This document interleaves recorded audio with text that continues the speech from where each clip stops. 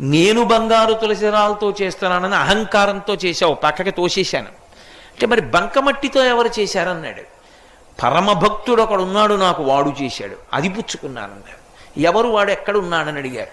నీ రాజ్యంలోనే ఉన్నాడు భీముడు అని చెప్పి కుమ్మరివాడు, వెళ్ళి చూడన్నాడు.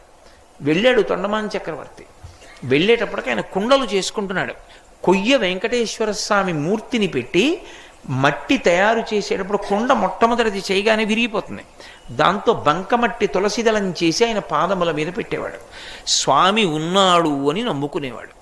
ఆ మట్టి తులసిదళం నేను పుచ్చుకుంటున్నానని తొండమాన్ చక్రవర్తి వెళ్ళిన తర్వాత గరుడ వాహనం మీదొచ్చి వెంకటేశ్వర స్వామి తను కట్టుకున్న బట్టలు తీసి ఆ భీముడికి కప్పి, శ్రీదేవి భూదేవి తమ ఒంటి మీద ఉన్న నగలు తీసి తమాలిని అని భీముని భార్యకి వేసి గరుడ వాహనం ఎక్కించి వైకుంఠానికి తీసుకు